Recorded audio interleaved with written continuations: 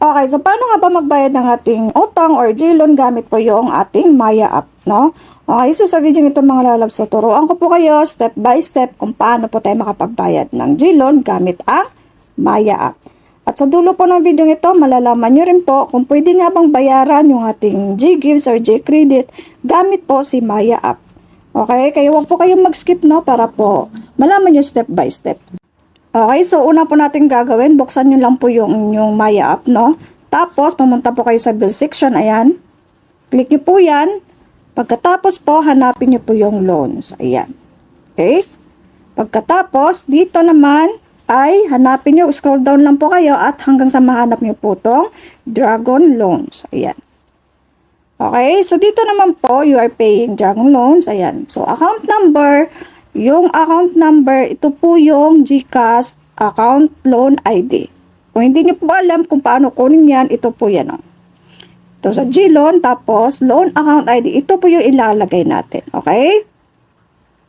So dito po, lalagay natin yung loan account ID, tapos yung amount, exact amount, kung magkano po yung dapat bayaran natin, no, sa G-Loan.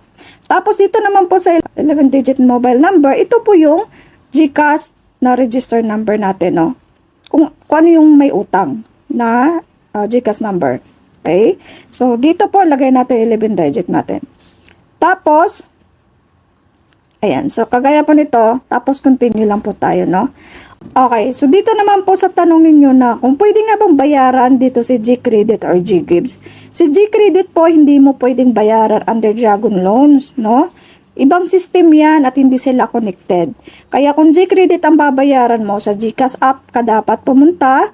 Okay? So, pwede rin magbayad sa ibang GCash account. Gamit lang po yung, gagamitin nyo lang po yung loan account number din. Lalagay nyo yun. Okay? So, ang G-Gives naman po hindi rin pwedeng bayaran dito sa Maya. Under Dragon Loans kasi hindi exclusive, kasi exclusive lang yan sa GCash under bills Fuse Financing Incorporation. So kapag nagbayad ka sa Maya gamit ang Dragon Loans para sa G-Gives o G-Credit, baka mawala ang payment mo, no? Okay, G-Loan lang po ang pwedeng bayaran dito kay Dragon Loans kasi directly partner si GCash Loan or G-Loan kay Dragon Loans bilang official payment channel. So, ibig sabihin, automatic nare-record ang payment mo sa G-Loan system nila.